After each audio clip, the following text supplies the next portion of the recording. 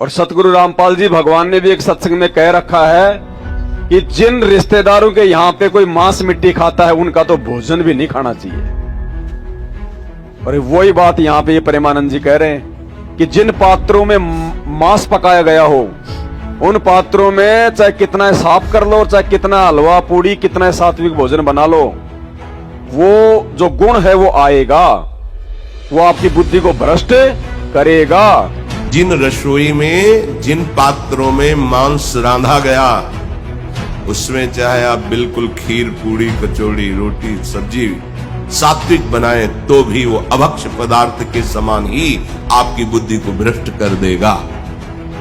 चाहे वो रिश्ते नातेदार की रसोई हो, चाहे वो किसी भोजनालय की रसोई हो, जिसमें मांस रांधा गया उस रसोई का अन्न यदि खाओगे तो आपकी बुद्धि भ्रष्ट हो जाएगी। सात्विक आहार जब नहीं तो बुद्धि का विचार सात्विक कैसे हो सकता है।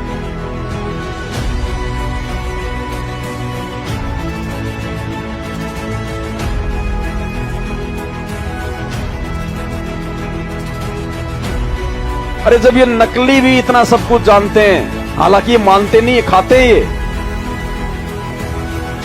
हमने इनसे भी शिक्षा लेनी है आगे बढ़ने के लिए। अब नहीं, अब गलती नहीं करेंगे। तो 10वें अंश का पैसा ज्यादातर के पास में रखा हुआ है। 500-700 रुपए की 1 लीटर की कौन सा वो थर्मस आ जाता है जो 24 घंटे पानी उसमें ठंडा रहता है।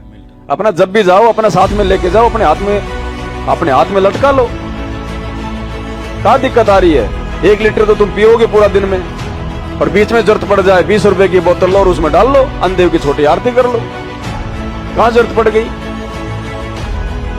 रिश्तेदारी में जाओ तो भी अपना पानी लेके जाओ, ताकि उन रिश्तेदारों को महसूस होना चाहिए कि यार ये क्या आदमी है।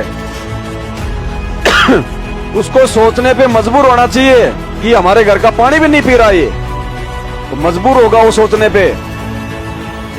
वो सत्संग सुनेगा गुरुजी के तुम्हारे जाने के बाद में, भले तुम्हारे सामने वो जो है वो बुराई करे, लेकिन उसको विवश होना पड़ेगा, क्योंकि उसको मानव शरीर प्राप्त है। वर्तमान में धरती पे परमात्मा है, वो भी मालिक की विशेष आत्मा है।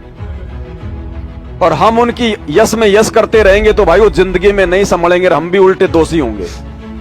मत खाना खाओ उनके, स्पष्ट बोल दो भैया तुम लोग निगुरे हो, निगुरे आदमी पे 3 लोग का भार है, मुझे नरक में नहीं जाना, बाकी तेरे से मेरा कोई बैर नहीं। अच्छी आत्मा होगी तो सत्संग सुनना शुरू कर देगा, और यदि वो दुष्ट होगा तो फिर हमें ऐसों की आवश्यकता भी नहीं है। और भगत का किसी रिश्तेदार से कोई स्वार्थ नहीं होता है, क्योंकि हम अपने भगवान के भरोसे हैं। हमारी डिमांड हमारा परमात्मा पूरी करेगा, रिश्तेदार नहीं करेगा।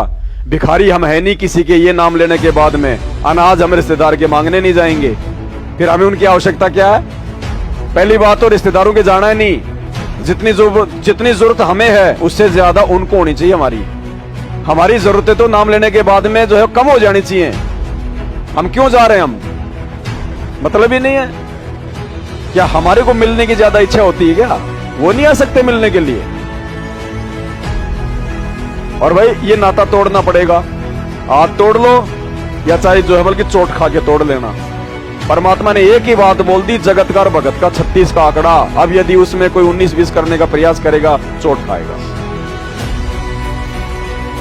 रिश्तेदारों को खुश करने के चक्कर में परमात्मा को नाराज कर दोगे, मार खाओगे।